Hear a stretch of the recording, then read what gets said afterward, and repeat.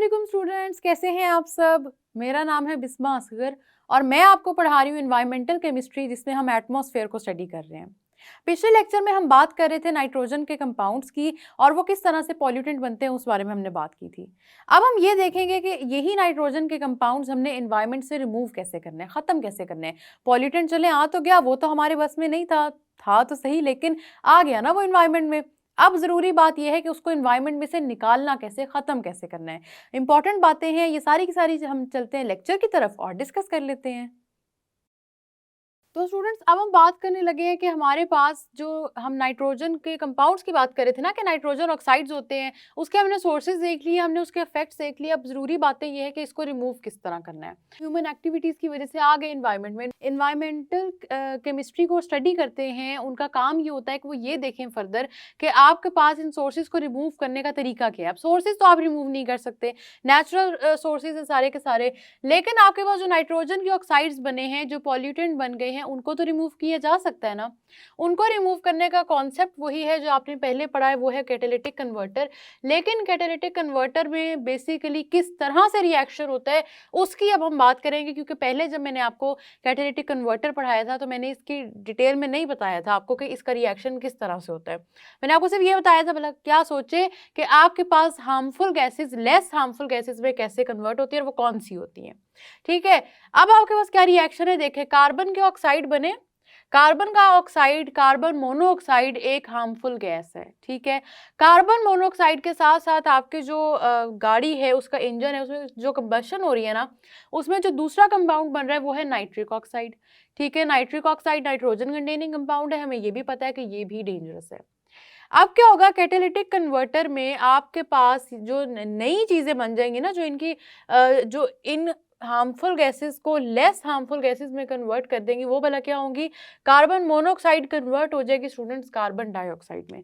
ठीक है, ये समझना जरूरी है कि कौन सी गैस है जो यहाँ पे कन्वर्ट हो रही है। ठीक है, कार्बन मोनोऑक्साइड है जो कार्बन डाइऑक्साइड में कन्वर्ट हो जाएगी, और ये नाइट्रिक ऑक्साइड है जो नाइट्रोजन में कन्वर्ट हो जाएगा।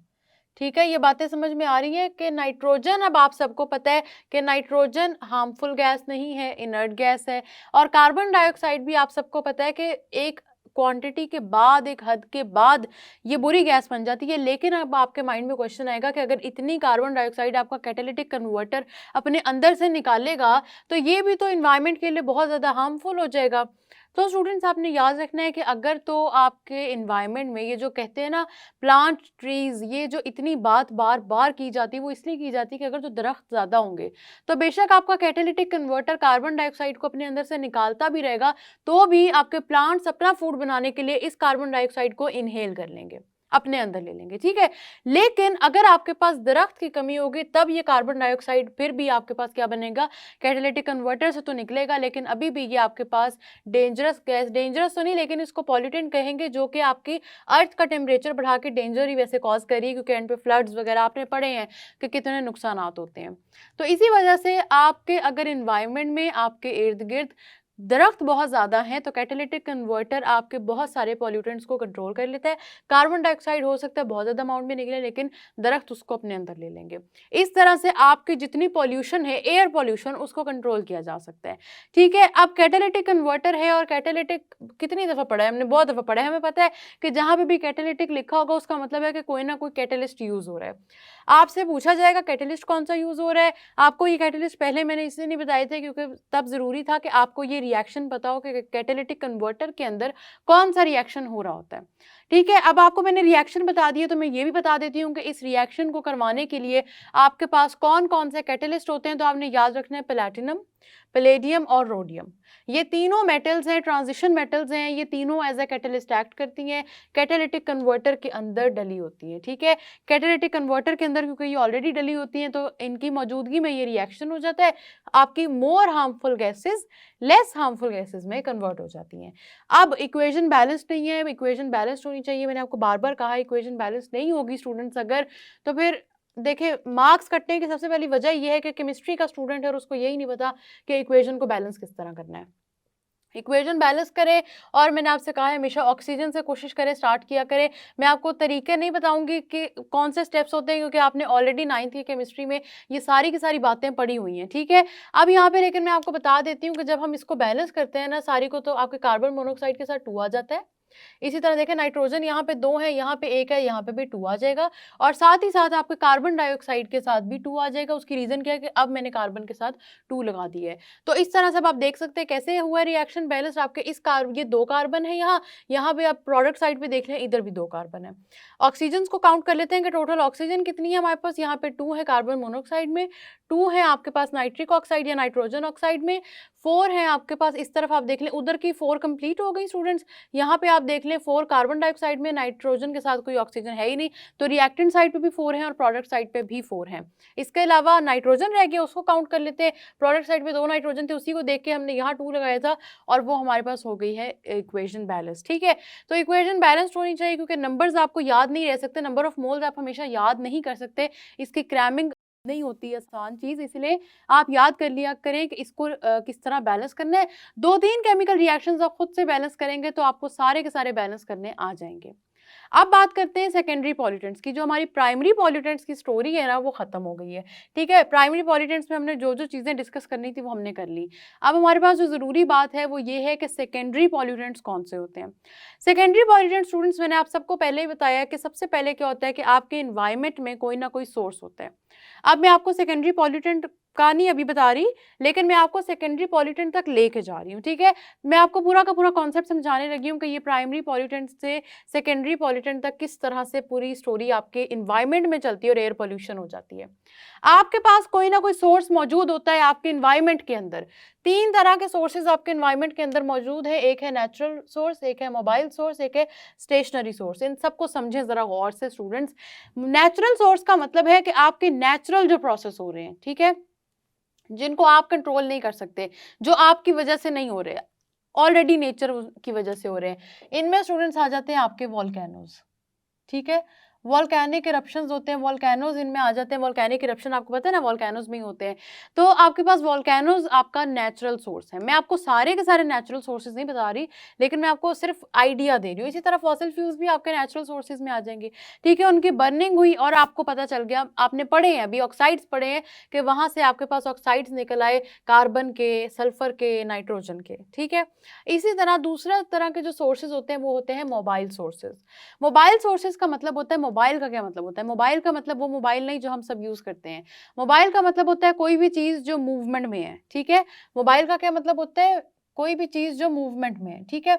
मूवमेंट का मतलब स्टूडेंट्स क्या है? कौन सी चीज है जो मूवमेंट में होती है? वो है आपके पास गाड़ियां, व्हीकल्स, बाइक्स, ठीक है। उन सब के अंदर इंजन लगे हुए हैं, उन सब के अंदर कंबस्शन के प्रोसेस होते हैं, उन सब से जो जो गैसेस निकलती हैं वो सारी हमने पढ़ ली हैं बातें, ठीक है। तो मोबाइल सोर्सेज भी आपके अपने अंदर से बहुत सारी गैसेस को एमिट करती हैं, जो आपके पास एयर में आते हैं और पॉल्यूटेंट्स बन जाते हैं। उसके अलावा स्टेशनरी सोर्सेज, मैंने आपको बताया स्टेशनरी और मोबाइल नहीं बताया, तो अब सुन लें कि मोबाइल अगर मूवमेंट का नाम है तो स्टेशनरी का मतलब है कि ऐसी चीज जिसमें कोई मूवमेंट नहीं है, जो एक ही जगह स्टिल है, ठीक है। तो मोबाइल सोर्सेज की जब हमने बात की, हमने कहा यहाँ पे कार्स, बल्कि सारे के सारे व्हीकल्स ही सपोज कर लें, सिर्फ कार्स क्यों, ठीक है। अब जब हम बात करेंगे स्टेशनरी सोर्सेज की, तो स्टूडेंट स्टेशनरी सोर्सेज में हमारे पास होते हैं ऐसे सोर्सेज जो एक ही जगह पे मौजूद हैं, जो हिलते जुलते नहीं है। वो कौन से होते हैं? वो आपकी इंडस्ट्रीज होती हैं, फैक्ट्रीज, इंडस्ट्रीज एक ही जगह पे है। आपकी फैक्ट्रीज को कभी देखा है मूवमेंट करते हुए कि एक जगह से उठ के वो दूसरी जगह पे चली जाए? नहीं करती मूवमेंट। लेकिन क्या होता है कि वहीं पे उसके अंदर, क्योंकि फैक्ट्रीज और इंडस्ट्रीज के अंदर प्रोसेस हो रहे हैं, बहुत सारे केमिकल रिएक्शंस हैं, उनके रिजल्ट में बहुत सारे बाय प्रोडक्ट्स में ऐसी गैसेस निकल आती हैं जो आपके और आपके एनवायरनमेंट की नीड नहीं होती, ठीक है, लेकिन वो आपके एनवायरनमेंट में आ जाती हैं, वो भी बन जाती हैं आपके पास पॉल्यूशन। तो जब भी आपके सोर्स से डायरेक्ट कोई चीज निकलेगी, वो है आपके पास प्राइमरी पॉल्यूटेंट। ये बातें समझ में आ रही हैं? सोर्सेज 3 तरह के हैं, ये चीजें याद रखनी है स्टूडेंट्स। केमिस्ट्री के स्टूडेंट को सिर्फ पेपर पॉइंट ऑफ व्यू से नहीं, केमिस्ट्री पॉइंट ऑफ व्यू से भी चीजें आनी चाहिए, नहीं तो फिर फायदा नहीं होता इतनी चीजों की डिटेल पढ़ने का। तो मैंने आपको सोर्सेज कौन कौन से थे वो सारे बता दिए हैं ना। तो अब आप जब दोबारा रिवाइज करेंगे ऑक्साइड्स को, तो आप इन सोर्सेज को देखें कि कौन सा सोर्स नेचुरल था, कौन सा मोबाइल सोर्स है, कौन सा स्टेशनरी सोर्स है। मैं आपको बताती हूँ किस तरह से। कार्बन के ऑक्साइड्स पढ़ने लगे, उसके सोर्सेज को जब आप स्टडी करने लगे, तो एक दफ़ा जब आपने सोर्स पढ़ लिया ना कि okay carbon oxides are produced by the burning of fossil fuels, ठीक है, तो अपने माइंड में सोचें कि फॉसिल फ्यूल कौन सा सोर्स है इन तीनों में से, ठीक है। इस तरह जो भी सोर्स आप पढ़ते हैं ना, अपने माइंड में उसके बारे में सोचें कि इन तीनों में से वो सोर्स कौन सी कैटेगरी में आता है। बड़ा आसान चीज़ है, मैंने आपको अलग-अलग सारे सोर्सेज इससे नहीं बताए क्योंकि ये बहुत ईजी चीज़ है, मुश्किल नहीं है। 3 एग्जांपल्स दे दिए, तीनों से आपको खुद ही आगे आइडिया हो जाएगा क्योंकि ये ईजी चीज़ है, कॉन्सेप्ट नहीं है इसमें कोई इन्वॉल्व, ठीक है। अब आपने सोर्सेज के बारे में लाजमी सोचना है, पता होना चाहिए कि कौन से सोर्स है जहाँ से आपके पास प्राइमरी पॉल्यूटेंट्स बन रहे हैं। अब वो प्राइमरी पॉल्यूटेंट्स कौन-कौन से हैं? कार्बन डाइऑक्साइड है, कार्बन मोनोऑक्साइड, सल्फर डाइऑक्साइड, ये देख लें सारे ऑक्साइड्स हैं जो हमने पढ़े हैं। उसके अलावा आपके पास हाइड्रोकार्बन्स भी होते हैं, सिर्फ ऑक्साइड्स नहीं होते। प्राइमरी पॉल्यूटेंट्स में ऑक्साइड्स पढ़ना हमारा काम था, हमने पढ़ने थे ऑक्साइड्स, लेकिन प्राइमरी पॉल्यूटेंट्स में ऑक्साइड सिर्फ आपके पास नहीं होते, आपके पास हाइड्रोकार्बन्स भी मौजूद होते हैं। इसके अलावा सस्पेंडेड पार्टिकल्स, और इसकी डिटेल में नहीं जाएंगे, लेकिन डस्ट पार्टिकल जो आपकी एयर में मौजूद होते हैं वो भी आपका पॉल्यूटेंट है। कोई भी चीज़ स्टूडेंट्स, अगर आपको समझ आना है कि पॉल्यूटेंट क्या चीज़ है, तो कोई भी चीज़ जो खराब कर रही है, जो कि बहुत ज़्यादा एडवर्स इफेक्ट प्रोड्यूस करेगी क्योंकि वो चीज़ अच्छी नहीं है एनवायरनमेंट में, ठीक है। डस्ट अच्छी नहीं है ना, कितने ऐसे लोग होते हैं जिनको डस्ट एलर्जी होती है। डस्ट एलर्जी क्यों होती है? आपके एनवायरनमेंट में डस्ट मौजूद है तो एलर्जी है ना, और अगर ये इतनी अच्छी चीज़ होती तो फिर इससे एलर्जी क्यों होती? मैं ये नहीं कह रही कि एलर्जी आपको अच्छी चीज़ों से नहीं हो सकती, लेकिन मैं आपको ये बताना चाह रही हूँ कि जब आपके पास पॉल्यूटेड चीज़ कोई होती है ना, उससे फिर हर किसी को एलर्जी होती है। ये नहीं होता कि फिर वो गिने चुने लोगों को होगी, ठीक है। डस्ट एलर्जी होती है, डस्ट जहाँ पे भी प्रेजेंट होती है वो बात हमें पता भी चल जाती है। तो आपके पास ये है स्टूडेंट सारे के सारे प्राइमरी पॉल्यूटेंट्स। और अब बात कर लेते हैं सेकेंडरी पॉल्यूटेंट्स की। तो स्टूडेंट सेकेंडरी पॉल्यूटेंट्स जब भी बनेंगे वो आपके प्राइमरी पॉल्यूटेंट से बनेंगे। कोई भी आपसे पूछे, पेपर में क्वेश्चन आ जाए कि आपके पास सोर्सेज से कौन से पॉल्यूटेंट्स बन रहे हैं, तो याद रखना है वो बन रहे हैं प्राइमरी पॉल्यूटेंट्स। कोई भी पूछे कि प्राइमरी पॉल्यूटेंट्स से कौन से बन रहे हैं आपके पास, तो याद रखना है सेकेंडरी पॉल्यूटेंट्स। यही फर्क है इन दोनों में। डायरेक्टली ये वाले जो आपके सेकेंडरी पॉल्यूटेंट्स है ना, ये डायरेक्टली इन सोर्सेज से डायरेक्टली नहीं आ रहे। प्राइमरी पॉल्यूटेंट्स के बहुत सारे इन्वायरमेंट में रिएक्शंस होते हैं, उन रिएक्शंस की तरफ से क्या होता है कि आपके पास सेकेंडरी पॉल्यूटेंट्स बनते हैं, ठीक है। फर्दर रिएक्शंस होंगे, फर्दर रिएक्शंस में से एक फर्दर जो रिएक्शन है वो एसिड रेन का इफेक्ट है, वो अभी हमने पढ़ना है आगे, ठीक है। लेकिन सेकेंडरी पॉल्यूटेंट्स में मैंने आपको पहले बताया सल्फर डाइऑक्साइड। अब आप देखेंगे कि सल्फर डाइऑक्साइड इधर लिखा हुआ है, लेकिन सल्फर डाइऑक्साइड और सल्फर ट्राइऑक्साइड को सेकेंडरी में जब हम सल्फर ट्राइऑक्साइड को काउंट करते हैं ना, तो वो इसलिए करते हैं क्योंकि रिसेंट स्टडीज ये शो करती हैं। पर हमने क्योंकि स्टूडेंट्स बुक को फॉलो करना है, इससे आपने जब बात करनी है तो आपने सल्फर ट्राइऑक्साइड प्राइमरी के साथ ही लिखना है। ये मैं आपको सिर्फ कॉन्सेप्ट देना चाह रही थी कि रिसेंट में आपको मतलब बताना चाह रही थी कि जो रिसर्च हुई है और जो रिसेंट स्टडीज़ हैं उसके अकॉर्डिंगली सल्फर ट्राइऑक्साइड आपका बाद में बनता है, पहले सल्फर डाइऑक्साइड बनता है। इसी वजह से आपका सल्फर ट्राइऑक्साइड काउंट होता है एज अ सेकेंडरी पॉल्यूटेंट। यहाँ से आपके माइंड में क्वेश्चन आएगा कि नाइट्रिक ऑक्साइड भी पहले बनता है, नाइट्रोजन डाइऑक्साइड तो बाद में बनता है। ऐसा नहीं होता है, नाइट्रोजन डाइऑक्साइड भी आपके पास अगर बहुत ज़्यादा सप्लाई है ना ऑक्सीजन की, तो ये डायरेक्टली भी बन सकता है, ठीक है। तो इसी वजह से इस बहस में पड़ता ही नहीं है क्योंकि ये चल रहा है कॉन्सेप्ट, इसलिए यहाँ पे भी इसको लिखा गया है। पेपर में पूछा जाए तो आपने इसको एज अ सेकेंडरी पॉल्यूटेंट नहीं कहना, अगर कहें तो साथ रीजन जरूर दें, because this is formed from a primary pollutant, ठीक है। ये बात समझ में आ रही है, लेकिन बुक के अकॉर्डिंग हम चलेंगे, हमने क्या करना है, इसको हमेशा प्राइमरी में ही काउंट करना है। इसके अलावा स्टूडेंट्स आपके पास अब ये देखें, इन सबको पहचान तो आपने दिया होगा इन दोनों को, एक नाइट्रिक एसिड एक सल्फ्यूरिक एसिड है, क्योंकि हमने एसिड्स बेसिस और सॉल्ट्स के चैप्टर में इनकी डिटेल पढ़ी है, इसीलिए हमने पहचाना है। नाइट्रिक एसिड है और सल्फ्यूरिक एसिड है, ये दोनों पहले नहीं बनेंगे, इन सोर्सेज से डायरेक्टली ये दो एसिड्स ही बनेंगे। सबसे पहले आपके पास ये बनेंगे प्राइमरी पॉल्यूटेंट्स। अब ये एसिड कैसे बन रहे हैं वो हम बाद में बात करेंगे एसिड रेन में, लेकिन अभी मैं आपको सिर्फ ये बताना चाह रही हूँ कि अगर मैं बाद में एसिड रेन में डिस्कशन करूँ इन एसिड्स की, तो आपको पता होना चाहिए कि इन सेकेंडरी पॉल्यूटेंट्स के प्राइमरी पॉल्यूटेंट कौन से हैं और वो कहाँ से आ रहे हैं। ये सारी चीज़ें इंटरलिंक्ड है, इसलिए इनको अलग-अलग लेके कंफ्यूज नहीं होना। इसके अलावा जो हमारे पास सेकेंडरी पॉल्यूटेंट है वो है हाइड्रोजन पर ऑक्साइड, ठीक है। हाइड्रोजन पर ऑक्साइड देखें क्या चीज़ है, कहाँ से आ रही है।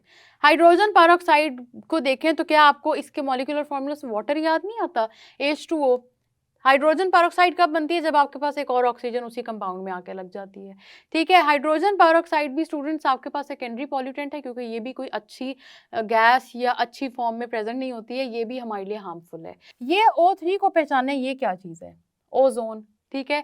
ओजोन के बारे में मैंने आपको पहले भी बताया था, वैसे भी हमने आगे भी इसकी बात करनी है, लेकिन इतना याद रख लें कि ओजोन जब तक तो सन की रेज को एब्जॉर्ब कर रहा है तब तक ये बहुत अच्छी चीज़ है, पर जैसे ही ये हमारे अंदर हम इसको इनहेल करना शुरू कर देंगे तब ये बुरी चीज़ है। इसलिए आपको याद होगा मैंने आपको एक कॉन्सेप्ट दिया था बैड ओजोन का, क्योंकि वो अर्थ के करीब होती है और हम उसको इनहेल करते हैं, इसलिए हम उसको बैड ओजोन कहते हैं, ठीक है। उसके बाद आपको पता है कि हमने बात की थी आगे परऑक्सी एसिटाइल नाइट्रेट की, ये भी आपके पास प्राइमरी पॉल्यूटेंट्स के डिफरेंट रिएक्शंस होंगे, बहुत सारे प्राइमरी पॉल्यूटेंट्स एक साथ रिएक्ट करेंगे। ये सारे रिएक्शंस हमारे सिलेबस का पार्ट नहीं है, इसलिए ईजी चीज़ यही है कि आप इनके नाम याद कर लें। और क्या चीज़ होगी स्टूडेंट्स, आपके नाइट्रेट्स, आपके ये जो आयोनिक फॉर्म्स हैं, सल्फेट आयनिक फॉर्म्स हैं जो, ये भी स्टूडेंट्स आपके पास सेकेंडरी पॉल्यूटेंट है, आयंस प्रेजेंट होते हैं, ठीक है। इनके बड़े डेट्रीमेंटल इफेक्ट्स हैं, इनमें से सारे के सारे डेट्रीमेंटल इफेक्ट्स हमने नहीं पढ़ने, पर जो ज़रूरी हैं वो समझने ज़रूरी है। क्यों? क्योंकि अगर पेपर में क्वेश्चन आ जाता है ना सेकेंडरी पॉल्यूटेंट्स के बारे में, आपको ये एग्जाम्पल्स आनी चाहिए। अब एग्जाम्पल्स तो मैंने आपको क्योंकि पहले भी बताई थी, लेकिन अब मैं आपको ये बताना चाह रही हूँ कि ये बनते कहाँ से, ये प्राइमरी पॉल्यूटेंट से बनते हैं, क्योंकि पेपर में क्वेश्चन आता है कि अगर आपसे कोई सोर्स दे दिया जाएगा, for example sulphuric acid is formed from volcanoes, आपका ए ऑप्शन है। सेकंड ऑप्शन है आपके पास सल्फर डाइऑक्साइड। तो आपने याद रखना है कि अगर प्राइमरी पॉल्यूटेंट आपके पास ऑप्शंस में है तो आपका सोर्स हमेशा प्राइमरी पॉल्यूटेंट है सेकेंडरी पॉल्यूटेंट के लिए। और अगर प्राइमरी पॉल्यूटेंट का सोर्स पूछेंगे, इसका सोर्स पूछेंगे, तो इसका सोर्स आपके पास ये सारे के सारे सोर्सेज हैं जो तीन मैंने आपको डिस्क्राइब कर दिए। इससे रिलेटेड फिर क्यों ना एमसीक्यू सॉल्व करके ये देख लें कि पेपर में किस तरह से क्वेश्चन आते हैं। उसके लिए हम चलते हैं अब व्हाइट बोर्ड की तरफ। स्टूडेंट्स, अब हम मजीद एमसीक्यूज डिस्कस करेंगे, जिसके अंदर अब हम जो आगे बात करने लगे हैं वो अगले कॉन्सेप्ट से रिलेटेड भी करेंगे। एक एक करके अब इन एमसीक्यूज को डिस्कस करते हैं और मैं आपको बता देती हूँ कि आपने इनको पेपर में किस तरह सॉल्व करना है। पहला MCQ, a group of gases that maintains the temperature of atmosphere. देख लें, आपके पास एक ही चीज़ बार बार डिफरेंट स्टेटमेंट्स में पूछी जा रही है, आपने भूलना नहीं है। कार्बन डाइऑक्साइड और वाटर आपके पास वो चीज़ें हैं, वो गैसेज हैं जो एटमॉस्फेयर का टेम्परेचर मेंटेन कर रही हैं, ठीक है। ये बात समझ में आ रही है। बाकी ऑप्शंस देख लें तो नाइट्रोजन और कार्बन डाइऑक्साइड का कोई फर्क नहीं पड़ता। इसके अलावा आप ऑप्शंस देख सकते हैं कि ये ऑप्शंस मैं आपको ऑलरेडी समझा भी चुकी हूँ कि नाइट्रोजन इनर्ट गैस है, ऑक्सीजन सांस लेने के लिए ज़रूरी है, और कार्बन डाइऑक्साइड और वाटर वेपर्स हैं, लेकिन इनके लिए ज़रूरी है कि ये एक ही ऑप्शन में आपको मिले, ठीक है। सेकेंड एमसीक्यू की तरफ चलते हैं, which one is primary pollutant, कि इनमें से प्राइमरी पॉल्यूटेंट कौन सा है। ज़रा गौर से देखिएगा, पहला ऑप्शन है नाइट्रिक एसिड HNO3, ठीक है। HNO3 स्टूडेंट्स आप सबने याद रखना है कि आपके पास ये प्राइमरी पॉल्यूटेंट नहीं होता, ये आपके पास होता है सेकेंडरी पॉल्यूटेंट, ठीक है। ये सारी की सारी एग्जांपल्स अभी मैं आपको दे के समझा भी चुकी हूँ कि ये सेकेंडरी पॉल्यूटेंट है। आपके पास ओजोन भी सेकेंडरी पॉल्यूटेंट और H2SO4 सल्फ्यूरिक एसिड भी, सिर्फ मीथेन एक वाहिद ऐसी गैस है जो कि आपके पास प्राइमरी पॉल्यूटेंट है। आपके माइंड में क्वेश्चन आएगा कि मीथेन से रिलेटेड हमने किधर पढ़ा है, तो स्टूडेंट्स आपको मैंने अभी बताया कि प्राइमरी पॉल्यूटेंट्स में आपके हाइड्रोकार्बन भी होते हैं, और मीथेन एक हाइड्रोकार्बन है, ये हम सबको पता है, ठीक है। ये आपके पास सही आंसर है। Next MCQ is which one of the following is a green house effect. Green house effect देखें, सबसे पहली ऑप्शन है इंक्रीजिंग एटमॉस्फेयर टेम्परेचर, तो ये तो होता है ना। ग्रीन हाउस इफेक्ट की बात कर लेते हैं, थोड़ा सा हमारा रिवाइज भी हो जाएगा कॉन्सेप्ट, और हमें ये भी पता लग जाएगा कि पेपर में आएगा तो किस किस तरह से आ सकता है। अब ग्रीन हाउस इफेक्ट, अब यहाँ पे ना मैं आपको ये भी बताऊंगी कि मैं आपको ऑप्शंस पढ़ने का सारी क्यों कहती हूँ।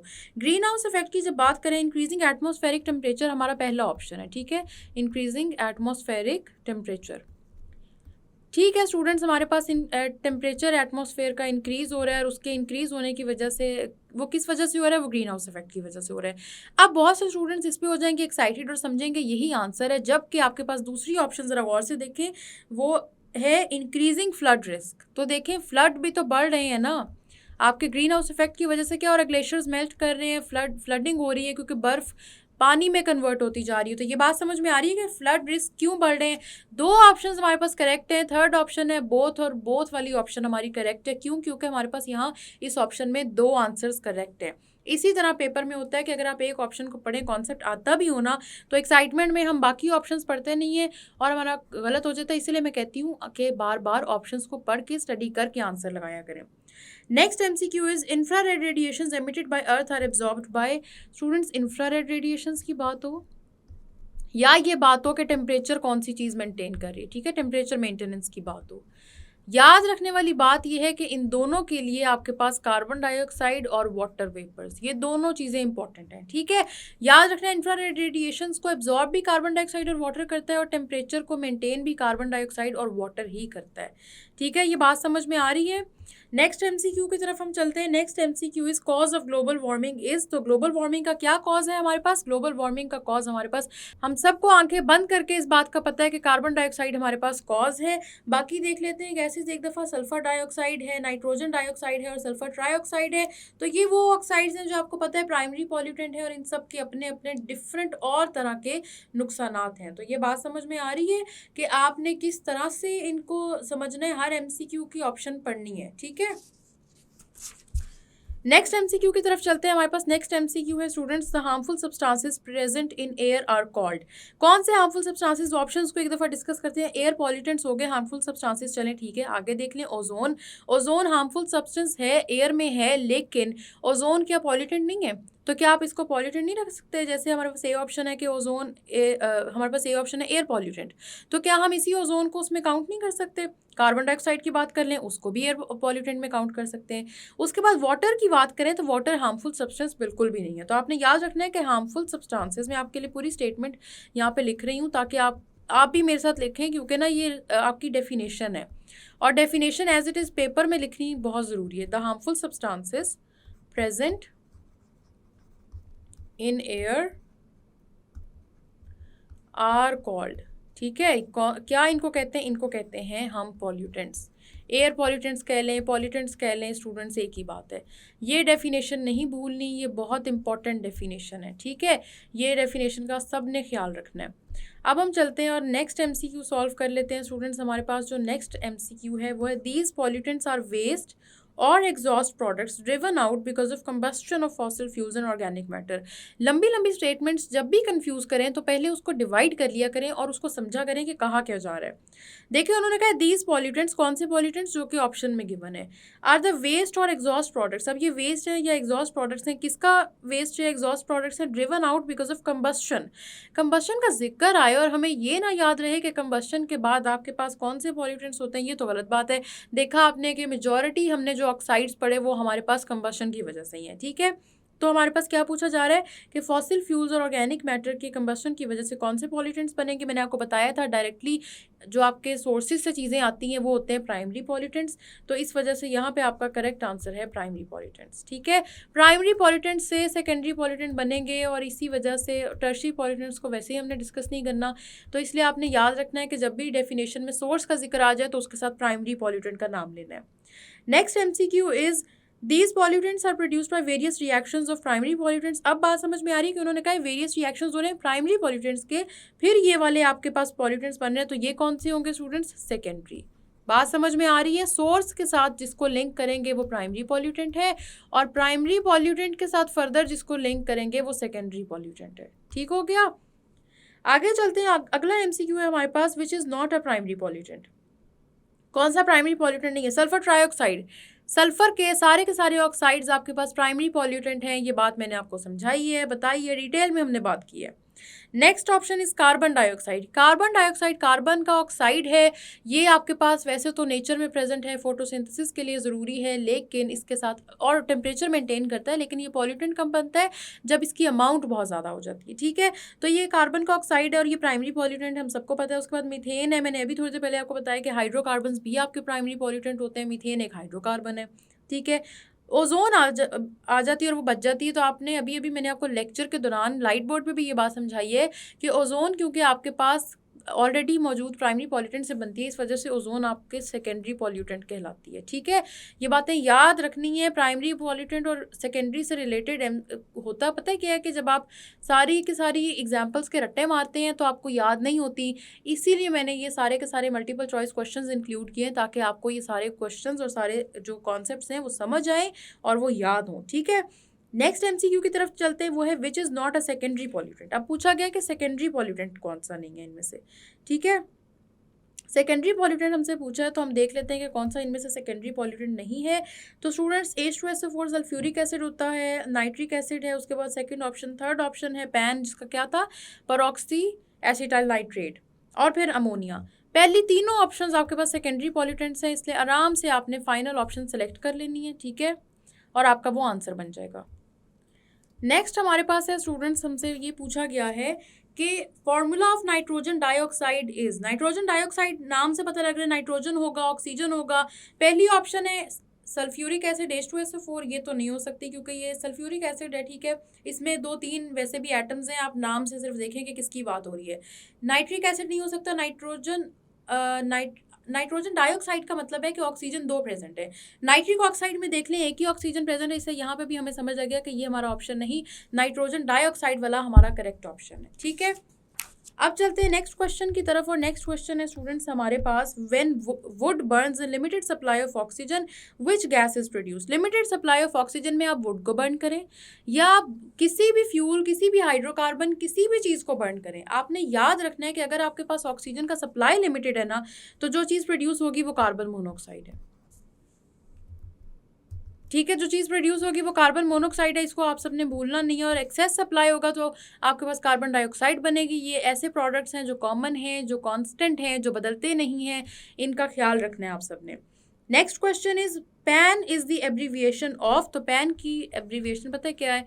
परऑक्सी एसिटाइल नाइट्रेट, ठीक है, परऑक्सी एसिटाइल नाइट्रेट, ये है आपके पैन की कंप्लीट एब्रीविएशन। उसके अलावा जो ऑप्शंस में लिखा हुआ है नाइट्राइड, एसिटाइल नाइट्राइड और पोली एल्काइल नाइट्रेट वगैरह, ये सारी आपकी ऑप्शंस नहीं है। इस तरह के जो नाम होते हैं वो देखते साथ पता लग जाता है कि बाकी ऑप्शंस नहीं हो सकती। देखें बाकी वैसे तो आपके पास यहाँ पे जो बाकी ऑप्शंस हैं वो उनकी एब्रीविएशन भी क्या बन रही है, उनकी एब्रीविएशन भी पैन ही बन रही है, लेकिन हमने जिस पैन को स्टडी किया है ना वो आपने याद रखना है। हमने स्टडी नहीं, सिर्फ उसके अलावा भी स्टूडेंट्स पैन हमेशा सिर्फ और सिर्फ परऑक्सी एसिटाइल नाइट्रेट को ही कहते हैं, ठीक है। ये बात समझ में आ गई। नेक्स्ट एमसीक्यू की तरफ चलते हैं। नेक्स्ट एमसीक्यू है स्टूडेंट्स हमारे पास, which pollutant is not found in car exhaust gases. कि कार एग्जॉस्ट गैसेज से कौन सा पॉल्यूटेंट नहीं निकलता? Carbon monoxide. सबसे पहले बात हमने की ही कार्बन मोनोऑक्साइड की थी कि लिमिटेड कंबस्शन होती है, आपके पास इनकम्प्लीट कंबस्शन होती है लिमिटेड सप्लाई ऑफ ऑक्सीजन में, तो ये तो आंसर नहीं हो सकता। सेकंड ऑप्शन ओजोन, ये बात सच है, ओजोन आपके इधर एटमॉस्फेयर में तो प्रेजेंट होती है, अर्थ पे नहीं है, ठीक है। अर्थ पे होगी सेकेंडरी पॉल्यूटेंट की फॉर्म में, लेकिन वो कार एग्जॉस्ट गैसेज में नहीं होगी। बाकी ऑप्शंस भी देख लेते हैं। नाइट्रोजन डाइऑक्साइड आपको पता है कि ये भी कार एग्जॉस्ट में होती है, सल्फर डाइऑक्साइड भी होती है, लेकिन आपकी ओजोन यहाँ पे प्रेजेंट नहीं होती, ठीक है। लास्ट एमसीक्यू देख लेते हैं अभी के लिए, आपके पास है विच गैस इज इनर्ट। तो सबने याद रखना है स्टूडेंट्स नाइट्रोजन इज इनर्ट।